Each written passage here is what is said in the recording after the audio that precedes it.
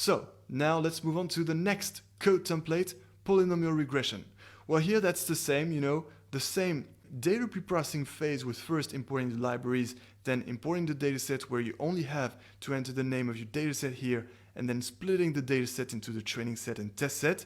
Then of course we train the polynomial regression model on the training set. So that's exactly like what we did in this part 2, when we built it, you recognize degree equals 4, that's exactly the same code. Then we predict some test set results just to compare our predictions and the real results. And finally, we will evaluate the model performance, and I will reveal very soon how to do that. Okay, so that's for polynomial regression. Once again, very generic. You just have to enter here the name of your dataset, and then this code template is ready to be deployed.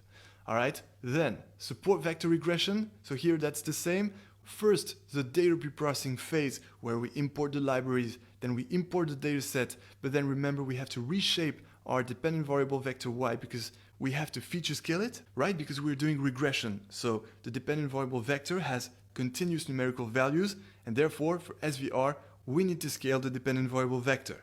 That's exactly the same as what we saw together when building the SVR model. Then I added this, of course, in order to split the dataset into the training set and test set so that we can indeed evaluate the performance of SVR and compare it to the other models.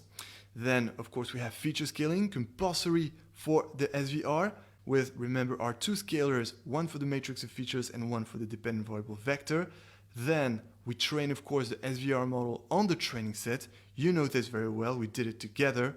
Then we predict the test set results just to compare and have an idea of how good are the predictions of new observations. And finally, we will evaluate the model performance with R-squared. No worries, we'll get to that very, very soon. So that's for the SVR.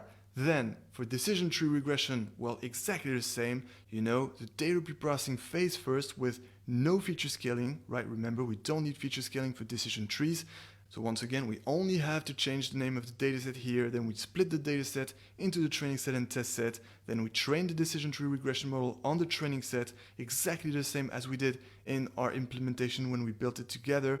Then we predict the test set result in order to compare our predictions to the real result in y-test, and that's in order to have a first idea of the performance. And then of course we will evaluate the model performance with R-squared. And finally, we have the exact same data preprocessing phase where you only have to enter the name of your dataset here, and then we train the random forest regression model on the training set with the exact same implementation as how we did it together. Then we predict the test set results in order to get a first idea of the performance, and finally we evaluate the model performance.